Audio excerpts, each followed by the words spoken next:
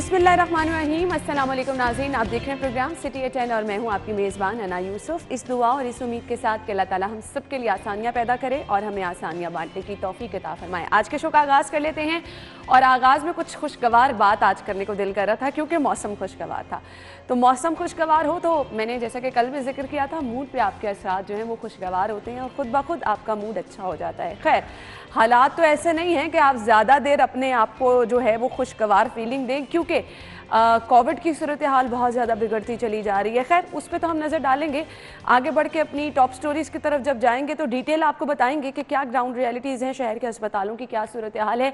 लेकिन आगाज़ कर लेते हैं खुशगवार मौसम से।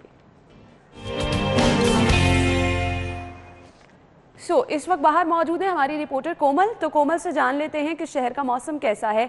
कोमल बताइएगा, बादलों का राज नज़र आ रहा है शहर के मुख्तलिफ इलाकों में। कल भी सुबह हल्की फुल्की बारिश हुई, आज क्या कहा जा रहा है, क्या प्रेडिक्शन की जा रही है, बारिश के इम्कानात हैं?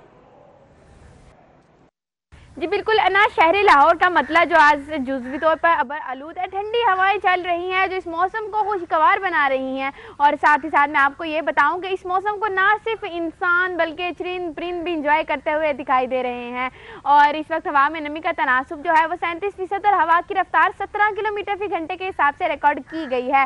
शुमाल मगरबी हवाओं का सिलसिला पंजाब में दाखिल हो चुका है, जिसकी वजह से महकमा मौसमियात की जानिब से हफ्तावार के हवाले से ये कहा गया है कि बारिश हो सकती है। और मैं आपको आज दिन भर कम से कम दर्जा हरारत बताऊं तो 17 डिग्री और ज़्यादा से ज़्यादा दर्जा हरारत 27 डिग्री रहने के इम्कान के साथ साथ बारिश की भी पेशगोई की गई है। बारिश होते ही मौसम जो है वो मज़ीद खूबसूरत और खुशगवार हो सकता है। और साथ ही साथ मैं आपको ये बताऊं कि गर्द आलूद फिजाओं के बायस लाहौर का एयर क्वालिटी इंडेक्स जो है वो भी काफ़ी ज़्यादा मुतासिर हो रहा है। इस वक्त एयर क्वालिटी इंडेक्स जो है वो 202 रिकॉर्ड किया गया है, जबकि मुतादिद इलाके जैसे कायद-ए-आज़म इंडस्ट्रियल एरिया का इलाका है, इसका एयर क्वालिटी इंडेक्स 200 से तजावुज़ कर गया है, जो कि इंसानी सेहत के लिए बहुत ज़्यादा खतरनाक है। इसलिए शहरी घरों से निकलते वक्त मास्क इस्तेमाल को लाजमी बनाएं ताकि ना सिर्फ कोरोना बल्कि मुतादिद बीमारियों से भी बच सकें। जी कोमल, थैंक यू सो मच। आपने मौसम की सूरत हाल से हमें आगाह कर दिया। इस वक्त मौसम शहर का खुशगवार है और मुमकिन तौर पर बारिश के इम्कानात भी जाहिर किए जा रहे हैं। शहर की सूरत हाल की तरफ बढ़ते हैं। आज की टॉप स्टोरीज़ हैं। लीड स्टोरी आज है जी, कोरोना के बार तेज़, मजीद 9 इलाकों में स्मार्ट लॉकडाउन, कोरोना से 9 जाँ बहक, IG जेल 2 बच्चों समेत और 1362 नए मरीज भी आए हैं। और पानी से बनने वाली बिजली भी महंगी, टैरिफ में 56 पैसे का इजाफा, यूनिट 4 रुपये 11 पैसे का हो गया। ऑरेंज ट्रेन, मेट्रो, LTC बस में एक ही कार्ड इस्तेमाल होगा। शहर में तमाम पब्लिक ट्रांसपोर्ट्स का किराया एक होगा। नाज़रीन, फिलहाल हम ब्रेक लेंगे और ब्रेक के बाद जब वापस आएंगे तो अपनी टॉप स्टोरीज को हम डिटेल में डिस्कस करेंगे। हमारे साथ ही रहिएगा।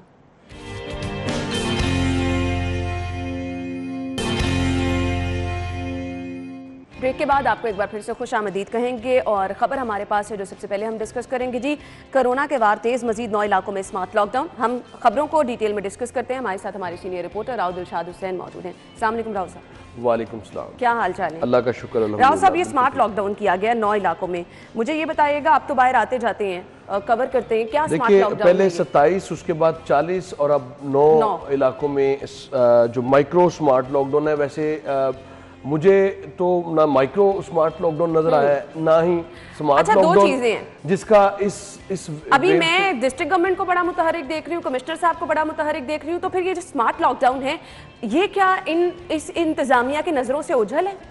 देखिए, जो इसके प्रोटोकॉल से जो हमने माजी में देखी प्रैक्टिस वो ये थी कि अगर किसी गली को माइक्रो स्मार्ट लॉकडाउन के तहत बंद करना है तो वहाँ पर कम अज़ कम एंट्री और एग्जिट पे दो पुलिस एहलकार, जो वहाँ पर जो बैरियर्स लगाए जाते थे, वहाँ पर हेल्थ की टीम्स, कम अज़ कम जिस घर में 4 या इससे ज़ायद पेशेंट्स हैं उनके जो मुलिका घर है वहाँ पर बाकायदगी से टेस्ट का अमल शुरू कर दिया जाता था ताकि अगर किसी और को भी कोविड है तो फिर उनका भी डिटेक्ट किया जा सके। लेकिन अब सूरत हाल ये बनी है कि हम देख रहे हैं कि नोटिफिकेशन पर नोटिफिकेशन आ रहा है, लेकिन एग्जीक्यूशन उस तरह से नहीं है जिस तरह से माजी में हमने देखी और बड़ा स्ट्रिक्ट। अब अलबत्ता किसकी रिस्पांसिबिलिटी है राव साहब? ऑब्वियसली डिस्ट्रिक्ट एडमिनिस्ट्रेशन की रिस्पांसिबिलिटी है ये तो बात करते हैं कि माइक्रो स्मार्ट लॉकडाउन नहीं, स्मार्ट लॉकडाउन चाहिए।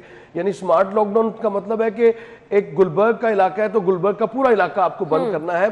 आपको याद होगा कि जब फर्स्ट वेव थी तो उस वक्त भी जो है वो शहर के 8 बड़े इलाकों को कॉर्डन ऑफ किया गया था, जिसमें अंदरून शहर भी था। और उसके जो रिपरकशंस थे वो हमने देखे भी, और उसमें कोविड-19 की जो सूरत हाल थी, बल्कि अंदरून शहर के हर एंट्री एग्जिट पॉइंट पर जो टीम्स थी वो मौजूद थी और टीमों अच्छा, ने अब रैंडम टेस्टिंग भी की। कोई सीन नहीं है कि पुलिस वहां पर तैनात है, नाते लगा के रास्ते बंद किए गए हैं। अब ऐसा नजर नहीं आता। अच्छा। 2-3 जगहों पर तो मैं खुद भी, गुलशन रावी का इलाका चूंकि हमारे बिल्कुल करीब है, तो वहां पर भी हमने देखा, तो वहां पर तो लोग ये कह रहे थे कि पेशेंट भी कोई नहीं है। अच्छा। लेकिन पता नहीं क्यों लॉकडाउन लगाया गया। लेकिन बहरहाल माइक्रो स्मार्ट लॉकडाउन हो या आप स्मार्ट लॉकडाउन लगाएं, उसकी एग्जीक्यूशन जब तक वो प्रीवियस प्रोटोकॉल्स की तरह नहीं होगी तो मैं नहीं समझता कि कोई इसके फवाइद जो हैं वो आपको नजर आएंगे।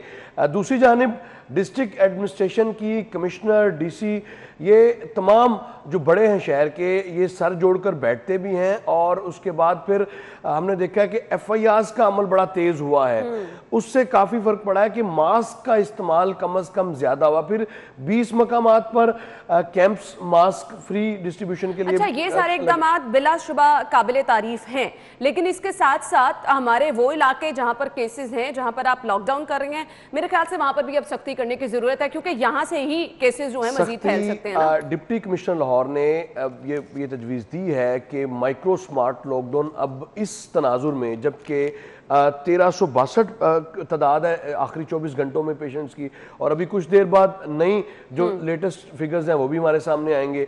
अब ये 1700 से नीचे आए हैं।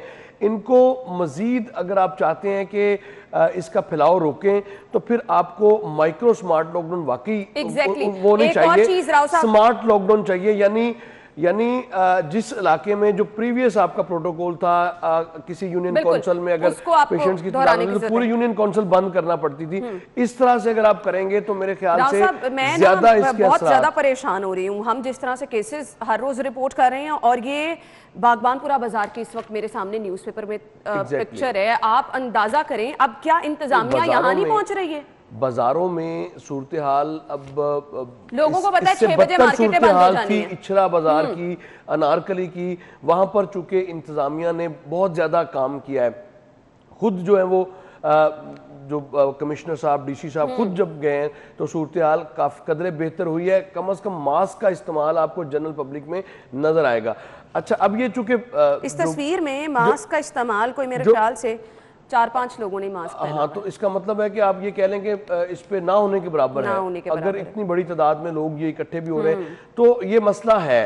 जो मसला आप भी अक्सर प्रीवियस वीक जब आपने दिखाया था तो लोग कोरोना को कोरोना शरोना कहते हैं, ऐसे ही है। और एक्नॉलेज नहीं कर रहे, मान नहीं रहे कि कोविड-19 की जो 3rd लेयर है वो उसकी संगीनी को समझ नहीं रहे। तो ये एक मसला अभी भी दरपेश है। लेकिन जिस तरह से इक़दाम किए जा रहे हैं, और अब जो लेटेस्ट कमिश्नर साहब की डायरेक्शन है कि जो कारोबार वायलेशन करेगा वो 11 अप्रैल तक बंद रहेगा, यानी वो नेक्स्ट डे या 48 आवर्स के बाद नहीं खुलेगा। मेरे ख्याल से फौरी तौर पर इंप्लीमेंट करके आपको मिसालें कायम करनी चाहिए ताकि लोग अलर्ट होना शुरू हो जाएं। ये बेहतर सोल्यूशन, अगर आपने इसको वाकई फैलाव को रोकना है, पूरा शहर आप नहीं लॉकडाउन कर सकते, तो फिर आपको पिन पॉइंट करने हैं जो हॉटस्पॉट एरियाज हैं, उस पूरे एरिया को आप कॉर्डन ऑफ करें और पूरी कंसंट्रेशन के साथ करें, इंस्टेड ऑफ के आप मुख्तलिफ पूरे शहर के में जो है वो 3-3 2-2 पेशेंट वाले घरों में भी आप जो माइक्रो स्मार्ट लगा रहे हैं, लेकिन उसके असरात जो है वो नहीं हमें मिल रहे। ठीक है, ब्रेक लेंगे, ब्रेक के बाद वापस आएंगे, हमारे साथ ही रहिएगा।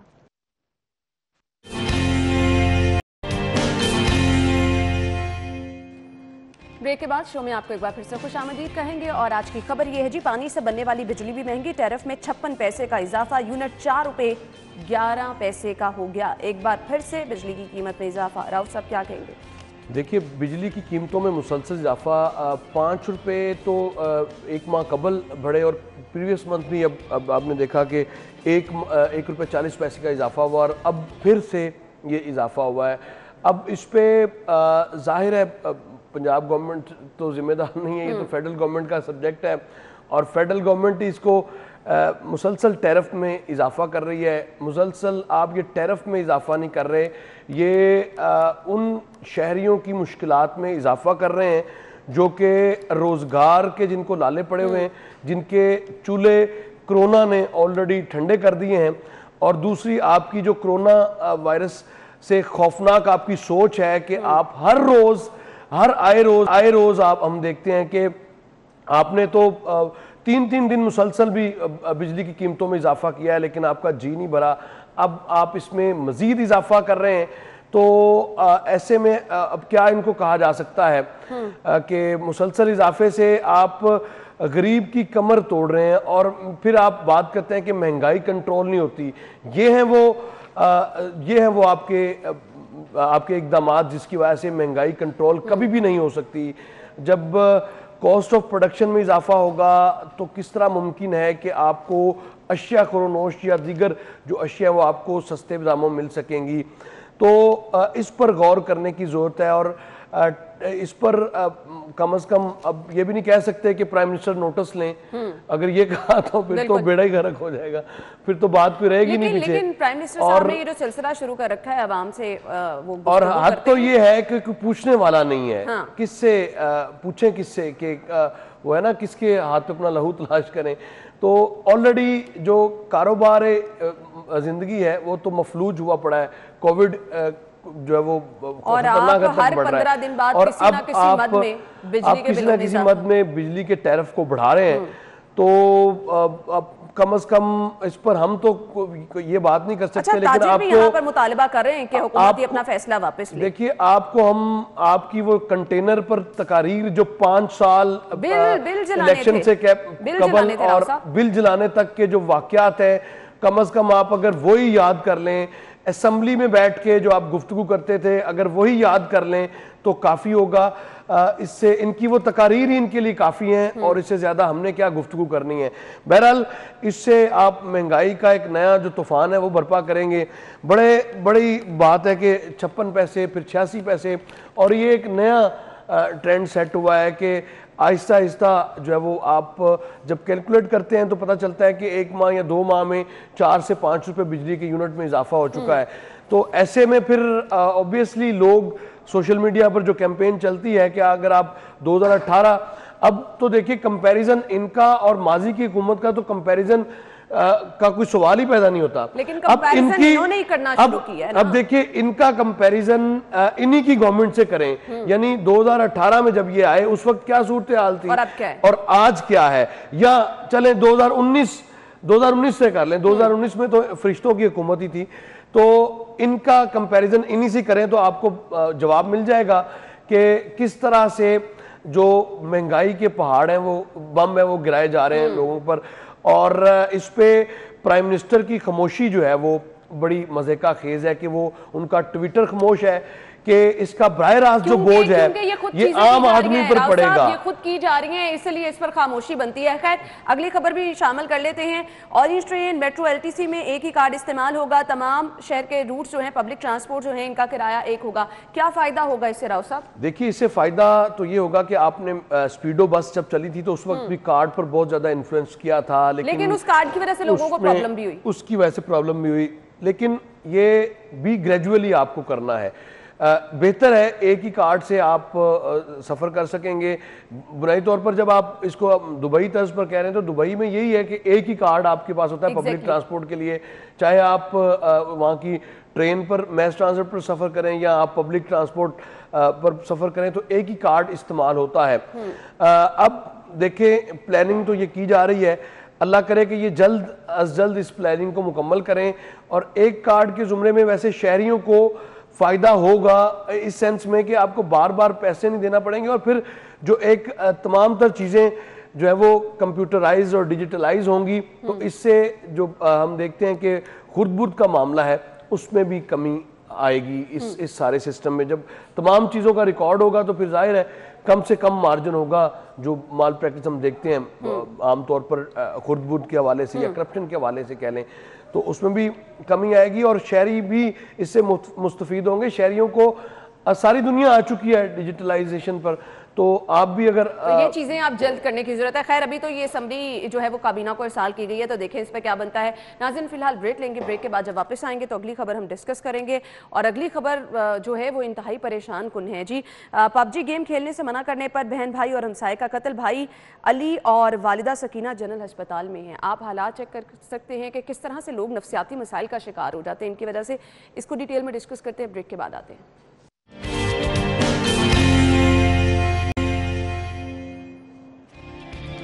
ब्रेक के बाद आपको एक बार फिर से खुशामदीद कहेंगे और खबर हमारे पास है जी। पबजी गेम खेलने से मना करने पर बहन भाई और हमसाये का कत्ल हो गया। भाई अली और वालिदा सकीना जनरल अस्पताल मुंतकिल की गई हैं। राव साहब क्या कहेंगे? देखिए मुआशरे का आलमिया है और इसमें मैंने जो चीज़ पढ़ी है, कल तो नशे की लत की बात की जा रही थी और आज हम ये देख रहे हैं कि पबजी का भी इसमें हाथ है। और पबजी के हवाले से हमने देखा है कि पे दर पे वाकयात जो है वो गेम्स रिपोर्ट तो हुए कभी भी इस तरह के वाकयात गेम्स के साथ नहीं जुड़े हुए थे। और इस गेम में चूंकि अगर आपने देखी हो इसकी कोई वीडियो तो आपको अंदाजा होगा कि इसमें टारगेट मैंने सिर्फ ना देखी है बल्कि अपने करीबी दोस्तों को खेलते हुए गेम देखा है। टारगेट किलिंग के हवाले से इसमें बड़ा एक है वो जुनून की तरह है और छोटे छोटे बच्चों को इसने अपने जो शहर में मुब्तला किया हुआ है। तो अब कई वाकयात हमने देखे हैं कि पबजी खेलने से मना करने पर बच्चे ने सुसाइड भी किया। मुख्तलिफ वाकयात, अब तक तो एक सीरीज है पूरी, अगर सिर्फ इसी का डेटा आप निकालें तो आपको अंदाज़ा होगा। तो सबसे पहले तो मैं ये बात कहूँगा कि इसके जो मुहर्रकात हैं पबजी और दूसरा आइस का नशा, ये दो बुनियादी एलिमेंट हैं जो 3 जानों को निगल गया कल और 2 अभी जख्मी हैं। अब बिलाल ने ये सब कुछ किया है, जाहिर है इसके पीछे ये दोनों मुहर्रकात बताए जा रहे हैं अब तक की जो इब्तदाई इन्वेस्टिगेशन हुई है। अब आपको बजाय इसके कि हम अगली तरफ इसको इन्वेस्टिगेशन को बढ़ाते हैं, लेकिन इसके मुहर्रकात तक जब आप नहीं पहुंचते, आइस का नशा बेचने वालों के खिलाफ आप क्रैकडाउन उस लेवल पे जब तक नहीं करते कि कम से कम उनको इबरत का निशान बनाएं, तब तक इस तरह के वाकयात नहीं थम सकते। दूसरा, पबजी के हवाले से आपको अब फैसला करना है। देखिए एक एंटरटेनमेंट की एक टिकटॉक थी, उसके ऊपर फैसला आया, बैन किया गया और इस पर तो पुरतशद्दुद वाकयात में मुसलसल इजाफा हो रहा है। इसको आपने अब ये सोचना है पीटीए को भी कि इस गेम के हवाले से मुस्तकबिल में अगर आपने बचाना है। चलें जी, ये वो चीजें हैं जिनकी बहुत ज्यादा एहतियात की जरूरत है। राव साहब एक और खबर है, मेरे पास टाइम कम है इसलिए मैं चाह रही हूँ ये खबर भी हम डिस्कस कर लें, क्योंकि मैं इस खबर को पढ़ने के बाद इस कदर परेशान हुई हूँ कि मैं यकीन भी नहीं आ रहा मुझे। लेकिन क्योंकि जाहिद साहब ने खबर दी है तो बिलाशुबा इसमें जो है हर तरह से सदाकत मौजूद है। सर्विसेज अस्पताल से खबर है और दीवारों में सुराख करने वाली ड्रिल मशीन का सर्जरी में इस्तेमाल हो रहा है। अंदाजा कीजिए आप, राव साहब क्या कहेंगे? अब ये तो हालत है जो हेल्थ रिफॉर्म्स की बात किया करते थे कि हेल्थ रिफॉर्म्स जो है वो हेल्थ रिफॉर्म्स करनी है। हेल्थ रिफॉर्म्स अब तक तो नहीं हो सकी, ये हो रही है हेल्थ रिफॉर्म्स कि आपने जो ड्रिल मशीन है जिससे दीवारों में सुराख किए जाते हैं, उससे आप ऑर्थोपेडिक में उसका इस्तेमाल का इंकशाफ हुआ है और इस पर महकमा स्पेशलाइज्ड हेल्थ की जो खामोशी है, बल्कि ये मुजरमाना गफलत है अगर इस पर, और डॉक्टर्स ने ही इंकशाफ किया। जाहिद चौधरी साहब ने ऑब्वियसली जब ये स्टोरी यकीनन चूंकि उनके जो सोर्स हैं या उनको किसी ने कोट भी किया, तो मैं नहीं समझता कि इसमें कोई सदाकत नहीं होगी। ये बिल्कुल जाहिद चौधरी साहब ने तहकीक करके ये स्टोरी जो है वो दी होगी। और अगर इस तरह की सूरत हाल है तो इसमें तो सबको कटहरे में लाना पड़ेगा। लेकिन इंतजामिया भी खामोश, स्पेशलाइज्ड हेल्थ, और अगर ये इस्तेमाल की गई है तो इसके बाद अब कोई चारा आपके पास बचता नहीं है। क्या आप अपने जो ऑर्थोपेडिक का शोबा है आपका सर्विसेज अस्पताल का, उसके साथ क्या सलूक करने जा रहे हैं? और अबतरी का जो शिकार है वो तो था ही, लेकिन अब इस तरह की जब रिपोर्टिंग होगी तो लोग हंसेंगे नहीं तो और क्या करेंगे? आपकी तरजीहात थी सेहत यानी वो लोग जो डॉक्टर्स हैं इतना पढ़ आकर यहाँ पर पहुंचे, आप उनको ड्रिल मशीनें हाथों में थमा रहे हैं। हेल्थ मिनिस्टर साहिबा मुझे नहीं पता कि इस पे क्या बात करती हैं, कम से कम उनको करेंगी नहीं राव साहब, बात करेंगी नहीं। इसका नोटिस जरूर लेना चाहिए और अगर इस तरह का वाकया हुआ है और ये कोई मामूली बात नहीं है कि आप ड्रिल मशीन के साथ जो इस तरह की। खैर, हम खबर को वाइंड अप करेंगे। ये चीजें लम्हा फिक्रियां हैं, लेकिन इंतजामिया खामोश है। इंतजामिया से कौन पूछेगा, ये बहुत बड़ा सवाल है। राव साहब, बहुत बहुत शुक्रिया आपके वक्त के लिए। नाज़रीन, हम ब्रेक लेंगे। ब्रेक के बाद आप हेडलाइंस जानिए, जिसके बाद हम शो में एक बार फिर से आपको ज्वाइन करेंगे। हमारे साथ ही रहिएगा। प्रोग्राम के इस हिस्से में हम क्या डिस्कस करने वाले हैं, बहुत सारे लोग आजकल जो चहम गोइयां कर रहे हैं, जो गुफ्तगू हम लोगों में आम सुन रहे हैं, वो है कुछ मौसम की तब्दीली के असरात। बहुत सारे लोग जिनसे हमारा इंटरेक्शन हुआ, उनका ये कहना है कि किसी भी चीज को हाथ लगाएं तो करंट लगने के वाकयात जो हैं वो महसूस हो रहे हैं, जैसे कि उन्हें करंट लगता है। फिर इसके साथ साथ नोज ब्लीडिंग के वाकयात बहुत ज्यादा हो रहे हैं। और इन चीजों को रिलेट क्या किया जा रहा है, सोशल मीडिया पर जो हम डिफरेंट खबरें सुन रहे हैं उस पे लोग ये बता रहे हैं कि जी ये जो मौसमियाती तब्दीलियां रूनुमा हो रही हैं, ये उसके असरात हैं कि आप स्किन का ड्राई हो जाना, स्किन का फट जाना, होंठों का ड्राई होना, होंठों का फटना। फिर इसके साथ साथ ये वाकयात कि बहुत सारे लोग, बच्चों में बड़ों में इक्वली देखा जा रहा है कि नाक से खून बहना। फिर इसके साथ साथ जैसे कि मैंने पहले भी जिक्र किया कि स्किन का ड्राई हो जाना। और फिर लोगों के ये भी तहफ़्फ़ुज़ात सामने आ रहे हैं कि किसी भी चीज़ को हाथ लगाने से करंट सा महसूस हो रहा है। आया अब ये जो इसको रिलेट किया जा रहा है मौसम की तब्दीली से, आपको सोशल मीडिया पर बहुत सारी ऐसी चीज़ें मिल रही हैं कि ये वाकयात किस वजह से हो रहे हैं, व्हाट्सएप मैसेजेस आपको मौसूल हो रहे हैं कि वाकयात क्यों रूनुमा हो रहे हैं। यानी इसको रिलेट किया जा रहा है मौसम की तब्दीली की वजह से कि मौसम में जो तब्दीलियाँ, माहौलियाती तब्दीलियाँ रूनुमा हो रही हैं, वेदर कंडीशंस जो हमारी तब्दील हो रही हैं, ये असरात उनके हैं। खैर, अब इसमें किस हद तक सदाकत है, क्या वाकई ये मौसमी तब्दीलियों के असरात हैं, और अगर किस तरह की तब्दीलियां हों तो ये असरात रूनुमा हो सकते हैं, इस पे हम बात करने वाले हैं। हमारे साथ हमारे मेहमान मौजूद होंगे। तारुफ में आपके साथ कराना चाहूंगी, प्रोफेसर डॉक्टर साजिद रशीद अहमद साहब ने हमें ज्वाइन किया है। Principal college of earth and environmental sciences, Punjab university Lahore से इनका ताल्लुक है। अपने मेहमान को खुशामदीद कहेंगे। अस्सलाम वालेकुम डॉक्टर साहब, क्या हाल चाल है? जी वालेकुम। डॉक्टर साहब बहुत बहुत शुक्रिया, थैंक यू सो मच। मुझे तो सिर्फ सबसे पहले ये जानना है, ये जो आजकल सोशल मीडिया पर हम खबरें सुन रहे हैं, जो रिलेट किया जा रहा है, ऑब्वियसली ये वाकयात हो रहे हैं बहुत सारे लोगों के साथ। मैंने खुद देखा, मेरे अपने करीबी लोगों के साथ ये वाकयात हुए कि नोज से उनके ब्लीडिंग हुई है, स्किन ड्राई होने के वाकयात हो रहे हैं। क्या वाकई ही ये मौसमी जो तब्दीलियां रूनुमा हो रही हैं, ये उनके असरात हैं? जी बिस्मिल्लाहिर्रहमानिर्रहीम। पहली बात तो ये है कि देखें, आपने देखा होगा कि अगर पिछले सालों के साथ हम कंपेयर करें इस साल का, तो वाकई इसके अंदर ये है कि पूरी दुनिया के अंदर ग्लोबल वार्मिंग और क्लाइमेट चेंज का इफेक्ट्स हो रहा है। और उसकी सबसे बड़ी रीज़न ये देखें आप कि ऐसे इलाके जहाँ पे कभी बारिशें नहीं होती थी, अब वहाँ पे मूसलाधार बारिशें हो रही, और वो इलाके जहाँ पे बारिशें होती थी वहाँ पे खुश्कसाली होना शुरू हो गई है।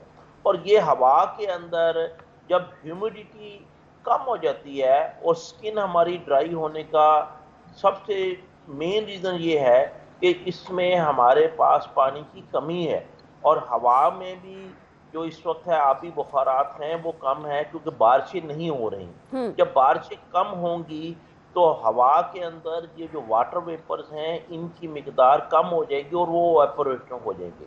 अच्छा, इसी तरह से आपने ये देखा होगा कि ये जो पिछले दिनों स्मोक का एक पूरा एक साइकिल चल रहा था जो सर्दियों में शुरू हुआ, और अब गर्मियों के अंदर जो ड्राइनेस है, ये ड्राइनेस भी आपके एनवायरनमेंट के चेंज होने की वजह से हो रही है। और उसमें सबसे ज़्यादा जो हमारी एयर पोल्यूशन है, एयर पोल्यूशन में जितनी ज़्यादा इस वक्त लाहौर के अंदर ख़ास तौर के ऊपर एयर क्वालिटी जितनी ज़्यादा अपना जो है ना वो बैड है, उसकी वजह से ये असरात मुरतब हो रहे हैं।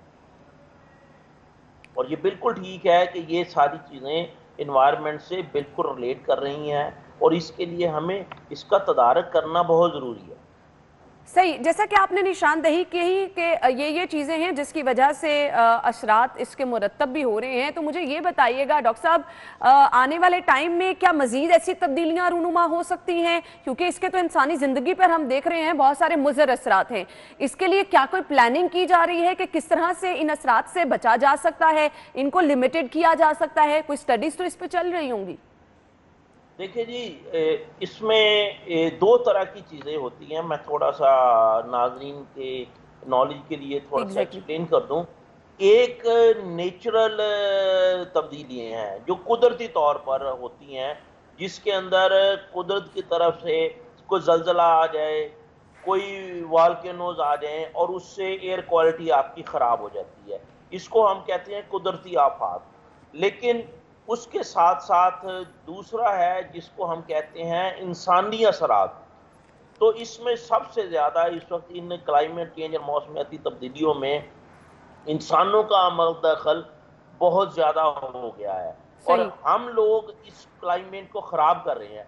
उसके लिए आपने देखा होगा कि हमारी जो जितने भी डेवलप्ड कंट्रीज हैं उनमें फैक्ट्रीज लगती हैं, उनमें डेवलपमेंट के प्रोजेक्ट्स होते हैं, लेकिन उसमें वो इन्वायरमेंटल इम्पैक्ट असेसमेंट स्टडीज पहले करवाते हैं कि इसका हमारी इन्वायरमेंट पे कितना इफेक्ट होगा और इन्वायरमेंट कितना ख़राब होगी और उसको ठीक करने के लिए कौन कौन से इकदाम हैं जो इस डेवलपमेंट प्रोजेक्ट के साथ अच्छा साथ डॉक्टर साहब, मैं आपसे ये जानना चाहूंगी, बिलाशुबा अब ये बढ़ती हुई आलूदगी जो है ये इसके भी असरात हैं जैसा कि आपने जिक्र किया, लेकिन अगर मतवातर ये तब्दीलियां इसी तरह से रूनुमा होती रहीं तो ये बताइएगा चरिंद परिंद इंसानों के लिए ये माहौल कितना खतरनाक हो सकता है। ये जो अभी हम छोटी छोटी चीजें सुन रहे हैं ये तो फिर आगे चल के बहुत ज्यादा बढ़ सकती हैं। जी बिल्कुल, मैं तो अभी एक स्टडी करवा रहा हूँ जिसमें रावी और लाहौर की जो एयर पोल्यूशन इस पे क्या इफेक्ट होगा इन मौसमी तब्दीलियों का। तो इसमें मेरे तो ख्याल में अगले 5 से 10 साल के अंदर अगर हमने इसका तदारक ना किया तो इस वक्त हमें मास्क लेकर बाहर निकलने की जरूरत पड़ जाएगी। इतनी ज्यादा इस वक्त ये जो है ना खतरनाक सूरत हाल है और इसका आप इदराक जब तक नहीं करेंगे और इसके लिए लॉन्ग टर्म प्लानिंग की जरूरत है। और अदरवाइज 5 साल बाद मैं और आप मास्क पहनकर बात कर रहे होंगे और वो भी ऑक्सीजन मास्क, ये वाले जो आम मास्क है ये नहीं है, ये तो अभी कोरोना ने हमें पहना दिए हैं। लेकिन उस वक्त बाहर आपकी एयर क्वालिटी इतनी बुरी होगी कि जब मैं बोलूंगा भी तो मेरे लंग्स को वो फौरन अफेक्ट करेगा, मेरी स्किन को अफेक्ट करेगी।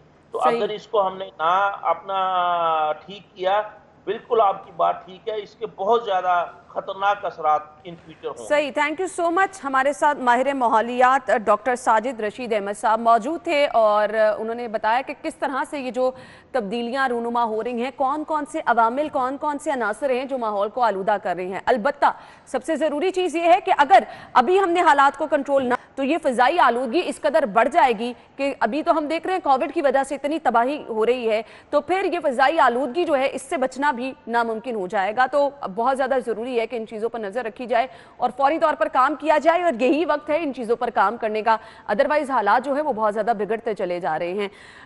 फ़िलहाल एक ब्रेक लेंगे और ब्रेक के बाद हम बात करेंगे कि किस तरह से ये जो स्किन मुतासिर होने के मामलात हैं, जो आबो हवा में तब्दीली की वजह से, हवा में नमी का तनासुब कम होने की वजह से बहुत सारे लोग जो शिकायत कर रहे हैं कि स्किन पर इसके असरात आ रहे हैं, इनसे कैसे महफूज रहना है, इस पर बात होगी। हमारे साथ ही रहिएगा।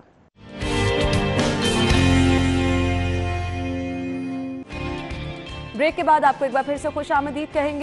अब हम बात करने वाले हैं स्किन से रिलेटेड मसाइल पे। ये जो मौसमी असरात हमने डिस्कस किए उसके बहुत सारे लोग शिकायत ये कर रहे हैं कि स्किन ड्राई हो रही है उनकी, होंठ उनके फट रहे हैं। तो ये सारी चीज़ें जो हैं, बहुत सारे लोग क्योंकि ऑलरेडी परेशान रहते हैं कि उनकी स्किन खुशनुमा नज़र आनी चाहिए, तो ये मौसमी असरात स्किन पर किस तरह से असरअंदाज होते हैं, इनसे महफूज कैसे रहा जा सकता है, किन किन चीज़ों का इस्तेमाल आपको बढ़ाना है, इस पर हम बात करने वाले हैं। स्टूडियो में हमारे साथ हमारे मेहमान मौजूद हैं, तारुफ के मोहताज नहीं, आप सभी लोग जानते भी हैं, फिर भी मैं आपको बता देती हूँ जी। डॉक्टर हारून नबी साहब ने हमें ज्वाइन किया है, डर्मेटोलॉजिस्ट हैं, स्किन स्पेशलिस्ट हैं। डॉक्टर साहब को खुशामदीद कहेंगे। अस्सलाम वालेकुम डॉक्टर साहब। अस्सलाम वालेकुम। क्या हाल चाल है आपके? बिल्कुल ठीक। अब मैंने ये मास्क सिर्फ आज क्या कहते हैं कि कोविड के लिए पहना, ताकि पब्लिक में मैसेज जाए कि मास्क पहनना आजकल बहुत ज़रूरी है, क्योंकि ये थर्ड वेव कोविड की बहुत सख्त है। बिल्कुल। और इसमें घरों के घर जो है ना वो इन्वॉल्व हो रहे हैं। तो आप प्लीज़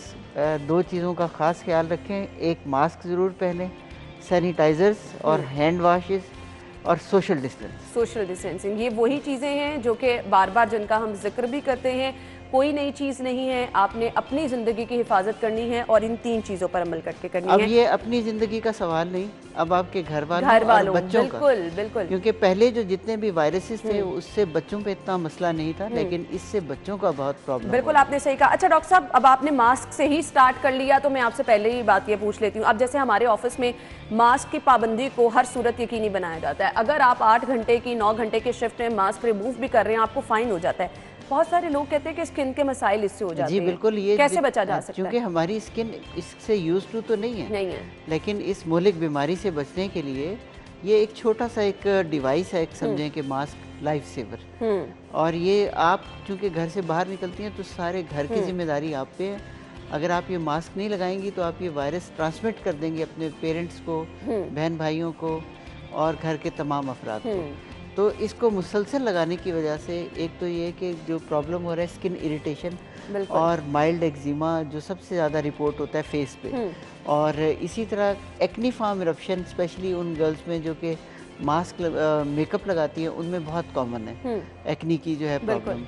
और इसी तरह जो है कुछ फीमेल्स में और मेल्स में भी इवन इरिटेशन और हर वक्त इचिंग रहती है। तो उसके लिए मैं एक 2 लोशंस हैं जो मैं हर वक्त हर पेशेंट को एडवाइस करता हूँ कि जिस तरह एक क्लिंडामाइसिन का लोशन है वो मास्क लगाने से पहले अपनी वेट स्किन पे थोड़ी देर लगा रहने दें तो आपको एक्नी फॉर्म इरप्शन बिल्कुल नहीं होगी। सही। और दूसरा फिर जो दूसरी इंपॉर्टेंट चीज़ है जो मैं अपने पेशेंट्स को बताता हूँ कि मॉइस्चराइज़र का भी इस्तेमाल फ्रीक्वेंट रखें। सही। तो डॉक्टर साहब अब हम गुफ्तगू का सिलसिला आगे बढ़ाते हैं। मौसम की तब्दीली के असरात, बहुत सारे लोग कह रहे हैं ये जो हवा में नमी का तनासुब कम हो गया है, डिहाइड्रेशन के बहुत सारे मसाइल हो रहे हैं, स्किन फट रही है, हाथों की, फेस की, लिप्स ड्राई बहुत ज़्यादा हो रहे हैं।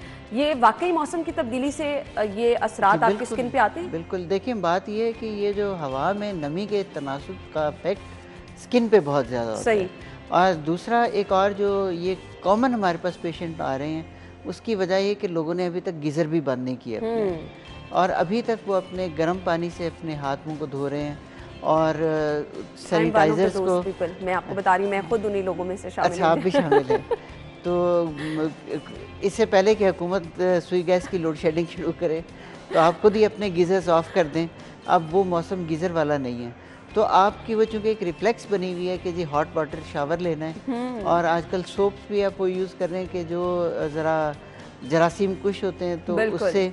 और तीसरी जो चीज़ है, अब चूँकि एकदम सैनिटाइज़र्स का यूज़ बढ़ गया है तो उसकी वजह से ये प्रॉब्लम, और जो उस पर वो क्या कहते हैं कि एड ऑन फायर वो है मौसम की। सही। तो मौसम की तब्दीली की वजह से जो है ना थोड़ा सा हवा में नमी के तनासुब के गिरने की वजह से ड्राइनेस बढ़ रही है। तो इसका बड़ा एक सिंपल फार्मूला है। डॉक्टर साहब, ड्राइनेस होती है तो आपकी स्किन जो है वो बिल्कुल डल होना शुरू हो जाती है। हर आपकी स्किन की जितनी खूबसूरती है वो मॉइस्ट रहने के साथ। बिल्कुल ऐसे ही है। जिन लोगों की स्किन पे नेचुरल ऑयल ज़्यादा होता है उनकी स्किन दूर से ग्लोइंग नज़र आती है, बिल्कुल दूर से फ्रेश नज़र आती है।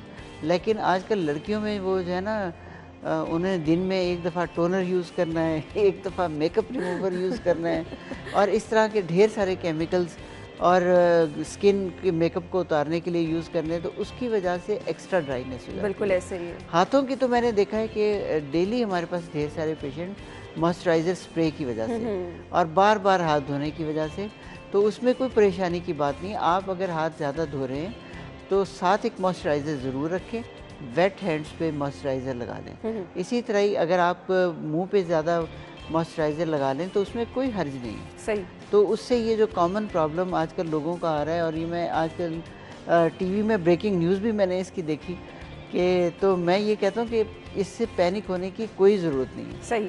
No need to get panic, just put lot of moisturiser on wet skin. सही। That's it.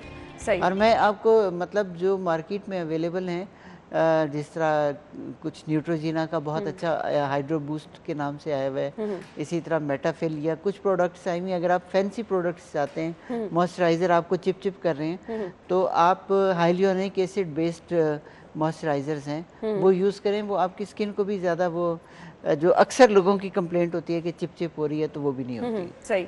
तो ये एक बेस्ट सोल्यूशन है जो आप चलें use जी, कर सकते हैं। मॉइस्चराइजर का इस्तेमाल आपको ज़्यादा करना है, लेकिन इसके साथ साथ वो कौन सी ऐसी चीज़ें हैं कि आप स्किन के मॉइस्चराइजर के इस्तेमाल के साथ साथ स्किन को खुशनुमा दिखाना चाह रहे हैं, तो कौन कौन सी चीज़ें ऑप्शंस मौजूद हैं जिस पर आप चल सकते हैं, जिससे आपकी स्किन जो है वो बहुत अच्छी नज़र आ सकती है? ये हम डॉक्टर साहब से पूछेंगे।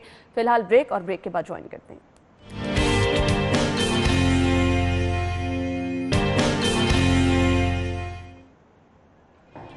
वेलकम बैक नाज़रीन, डॉक्टर हारून अभी हमारे साथ मौजूद हैं। आप स्किन को कैसे खुशनुमा बना सकते हैं? सबसे पहले तो मॉइस्चराइजर का इस्तेमाल आपने करना है, जैसे कि डॉक्टर साहब ने कहा। डॉक्टर साहब, कौन कौन से ऐसे ट्रीटमेंट प्रोसीजर मौजूद हैं जिससे आपकी स्किन, जिन लोगों की ड्राई स्किन के मसाइल हैं, वो अपनी स्किन को बेहतर बना सकते हैं? जी, ड्राइनेस के लिए जो सबसे बेहतरीन प्रोसीजर जो मैं रिकमेंड करता हूँ अपने पेशेंट्स को, वो एक तो है कि हाइड्रा फेशियल्स, और हाइड्रा फेशियल में भी बहुत सारी वैरायटीज़ हैं, और उसमें जो ओरिजिनल हाइड्रा फेशियल है, ओरिजिनल सीरम्स हैं, तो उसके साथ तो आजकल स्किन मेरे ख्याल से बहुत ज़रूरी है।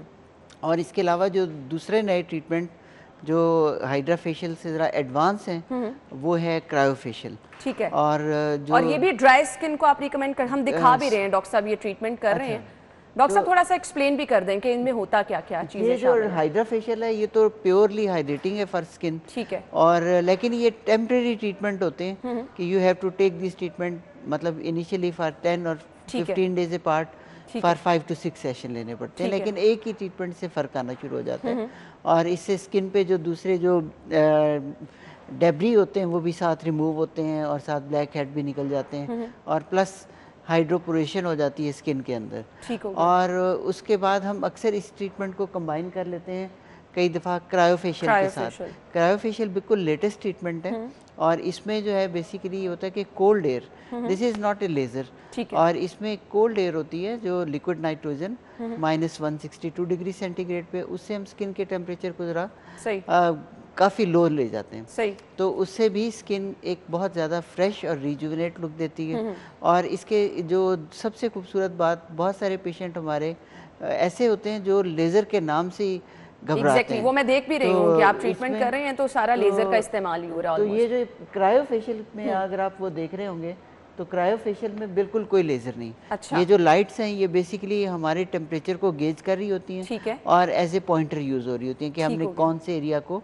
ट्रीट कर लिया है। ठीक है। तो ये basically is one of latest anti ageing treatment. ठीक है। And specially for those people जो एंटी लेज़र हैं। सही। बहुत सारे पेशेंट होते हैं जो लेज़र के नाम से ही घबराते हैं, तो उनके लिए ये ट्रीटमेंट सबसे, और ये पिगमेंटेशन के लिए भी बहुत अच्छा ट्रीटमेंट है।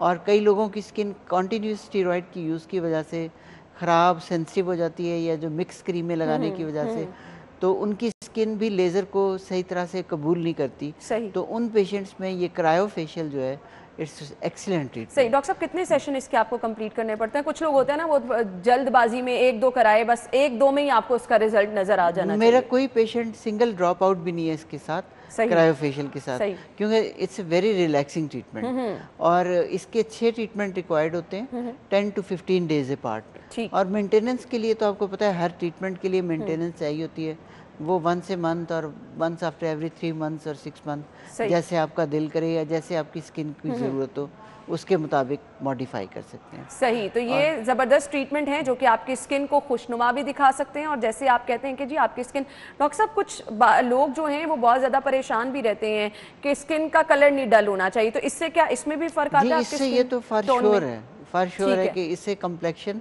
बहुत बेहतर हो जाता है। सही। कम्प्लेक्शन को इन्हेंस करती वो है। गोरे रंग वाला तो सारों को शौक होता है ना, वो अब ये सिर्फ खातीन को नहीं, मर्द हजरात भी। मैं अब तो इस फील्ड में जो है ना, मर्द बहुत वो जिसे कहते हैं ना, बढ़ चढ़ कर इस कार्य खैर में हिस्सा लेते हैं। तो इसमें असल में ये बात है ना कि मेल्स की अब ये प्रॉब्लम है कि उनका कंपटीशन यंग एग्जेक्टिव्स के साथ है। बिल्कुल। मतलब वो एक ज़माना था ना, एक पोस्ट की रिक्वायरमेंट होती थी कि इस एज ब्रैकेट वाला बंदा ही अप्लाई करे। अब चूंकि हमारे पास बाहर से लोग पढ़कर हाईली क्वालिफाइड लोग आ रहे हैं और वो कम्पीट कर रहे हैं एग्जेक्टिव जॉब्स के लिए, तो उसकी वजह से और कुछ सोशल मीडिया के फिल्टर्स की वजह से मैं ये कहता हूँ कि अल्लाह भला करे स्नैपचैट का और इंस्टा का और नए फ़ोन्स का, जिसमें ऐसे ऐसे फ़िल्टर हैं कि मेरे पास कई पेशेंट्स अपनी वो फ़िल्टर वाली तस्वीरें लेके आते हैं ये वाली स्किन चाहिए, कि हमें ये स्किन चाहिए, हमें चाइनीज़ डॉल बना दें, हमें कोरियन ग्लास स्किन बना दें, मेरे लिप इस फ़िल्टर के मुताबिक हों, मेरा नोज इस फिल्टर के डॉक्टर साहब, आप तो पकड़ के सोचते ही रहते होंगे कि अब मैं ये क्या करूं, कि चैलेंज हो जाता है वो बहुत समटाइम्स इतना चैलेंजिंग होता है कि एक दफ़ा तो मैं उस फ़ोन को देखता हूँ कि ये तुमने क्या बना दिया है तो इट्स वेरी डिफ़िकल्ट समटाइम्स। सही, हम गुफ्तगू का सिलसिला आगे बढ़ाएंगे और कुछ बहुत जदीद चीज़ें जो हैं वो ऐड होती चली जा रही हैं। तो डॉक्टर साहब इस तरह की कुछ जदीद चीज़ों के बारे में बता भी रहे हैं। ब्रेक से वापस आएंगे तो मैं बताऊंगी कि जी आपको दिखाएंगे भी कि डॉक्टर साहब क्या नई चीज़ें इंट्रोड्यूस करा रहे हैं, फिर डॉक्टर साहब उसको एक्सप्लेन भी करेंगे। आप हमारे साथ ही रहिए।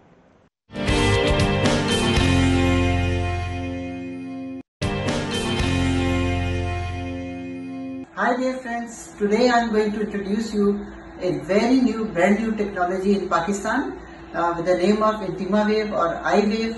This treatment is state-of-the-art treatment for the patients who have a problem with the stress urinary incontinence or urinary dribbling or leakage or stress urinary urgency, and this is a common problem in the patients who have multiple pregnancies or in patients who are postmenopausal. And there is a difficulty in controlling urine flow. So this laser device with the name of iWave or IntimaWave will help them. Only 6 to 8 treatments are required at 2 जी। तो doctor साहब हमेशा ये नई नई चीज़ें आप मुतारिफ करवाते रहते हैं, कैसे आपको लगा कि इस चीज़ की ज़रूरत, पेशेंट्स क्या आपके पास आना शुरू हो गए? जी, इसके असल में ये एक बड़ा क्रॉनिक प्रॉब्लम है और इसके पेशेंट हमारे पास शुरू से आते थे और इन पेशेंट्स को हमें या तो गायनकोलॉजिस्ट या यूरो गायनकोलॉजिस्ट के पास भेजना पड़ता है। सही। और स्पेशली इसकी जो वजह है वो ये है कि मल्टीपल प्रेगनेंसीज़ की वजह से कई दफ़ा जो है उनमें पेशेंट्स में पेल्विक मसल फ्लोर्स जो हैं वो वीक हो जाते हैं। सही। और उसकी वजह से जो ब्लैडर कंट्रोल है वो बहुत कमज़ोर हो जाता है। तो हमारे पास अक्सर फीमेल्स और मेल्स आते थे कि जी यूरिन ड्रिबल होने की वजह से हमें वज़ू का बहुत मसला हो जाता है और तो इसके लिए हम क्या करें, कोई ट्रीटमेंट बताएं। सही। तो हमें बार बार वज़ू करना पड़ता है या हमें हर वक्त ये ख्याल आता रहता है कि हम ज़ोर से हंसें, ज़ोर से बात करें, खांसी आए, छींक आए तो ये प्रॉब्लम। और पानी का इस्तेमाल भी आप ज़्यादा इसी डर की वजह से नहीं कर सकते। बिल्कुल। तो वो एक कॉन्टीन्यूस स्ट्रेस में हर वक्त रहते थे। तो ये डिवाइस बाहर बहुत इसके चर्चे थे, तो फिर हमने जो one of the best available device था IntimaWave के नाम से, और ये बहुत सिंपल ट्रीटमेंट है। इसमें आपको इसी तरह की एक चेयर है, ठीक है, जिसमें लेज़र फिट है, ठीक है, तो डिवाइस फिटेड है, तो उस पर आके बैठना होता है और आपको 6 to 8 ट्रीटमेंट लेने होते हैं। आप अपना मैगज़ीन या कोई आप नावल लेके आएँ, आप अपना नावल पढ़ते रहते हैं और एक असिस्टेंट आपके ट्रीटमेंट को मॉनिटर कर रहा होता है और it is again very relaxing treatment. अच्छा। और आफ्टर 2 यानी ड्यूरिंग ट्रीटमेंट भी आपको नहीं पता चलता कि कोई ट्रीटमेंट हो रहा है? नहीं बिल्कुल। और हर पेशेंट ने, जो भी अभी तक जितने हमारे पेशेंट इसका ट्रीटमेंट ले रहे हैं, दे आर सेटिस्फाइड। इनिशियली जो हमारे पास इसके पेशेंट आ रहे थे वो यूजुअली जो एज ब्रैकेट इसकी थी वो 50+ वाले थे। सही। तो लेकिन अब मैंने देखा कि अब हमारे पास पेशेंट यंगर आ रहे हैं। अच्छा। पहले क्योंकि ये बात डिस्कस नहीं होती थी कि यूरिनरी इनकॉन्टिनेंस को, ऑब्वियसली लोग परेशान रहते हैं कि पता नहीं ये चीज़ डिस्कस भी करनी चाहिए, नहीं करनी चाहिए। तो अब चूंकि ये बात एक प्रॉब्लम, इस पे हमने पहले भी थोड़ी सी डिस्कशन की थी, बिल्कुल। तो लोगों में एक अवेयरनेस आई, अच्छा इसका ऐसा नॉन इन्वेसिव ट्रीटमेंट है, इसमें डॉक्टर से कोई ऐसी बात डिस्कस करने की ज़रूरत नहीं है बहुत ज़्यादा लंबी चौड़ी, और ना ही आपको अनरेस्ट होना होता है। तो आप एक चेयर पे बैठ के अपना एक, मैंने देखा है मेरी अक्सर जो पेशेंट्स कहती हैं कि ये तो हमें ऐसे लगता है कि लाइफ लॉन्ग प्रॉब्लम जो है ना हमारा सॉल्व हो गया। डॉक्टर साहब सेशंस होते हैं इसके कम से कम 6 to 8 सेशन होते हैं, आधे घंटे का एक ट्रीटमेंट होता है। और ये मैंने आपको बेसिकली एक डिवाइस पहले भी बताया था, टाइट वेव के नाम, बिल्कुल, स्टार फार्मर के नाम से। ये बेसिकली उसी का एक डिवाइस है, ठीक है, फोटोना का।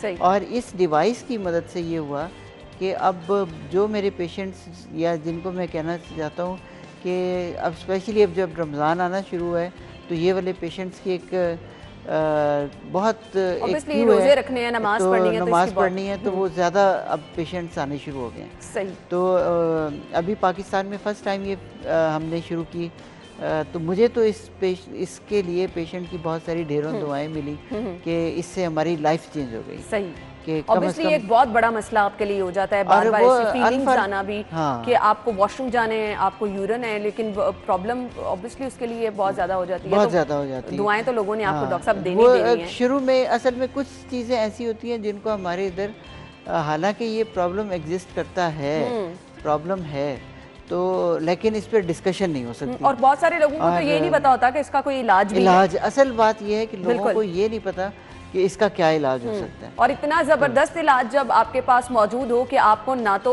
कोई दवाई खानी पड़नी है, ना तो कोई ऑपरेशन वगैरह का सिलसिला है, आपने बस जाना है, चेयर पे बैठना है, मैगजीन पढ़ना है और आपका इलाज हो जाना है, तो फिर आप इससे फायदा ना उठाएं तो ये तो ज्यादती हो जाएगी। डॉक्टर साहब मैसेज क्या देना चाहेंगे देखने वालों को? मैसेज तो मैं अगेन, क्योंकि कोविड का ज़माना है, please where your mask, number 1, number 2 frequent hand wash, don't touch your nose and eyes, और दूसरी इंपॉर्टेंट चीज़ सोशल डिस्टेंसिंग। और इससे सिर्फ आप खुद ही नहीं महफूज रहेंगे, आपकी पूरी फैमिली ही महफूज रह सकती है, आपके आसपास वाले लोग महफूज रह सकते हैं।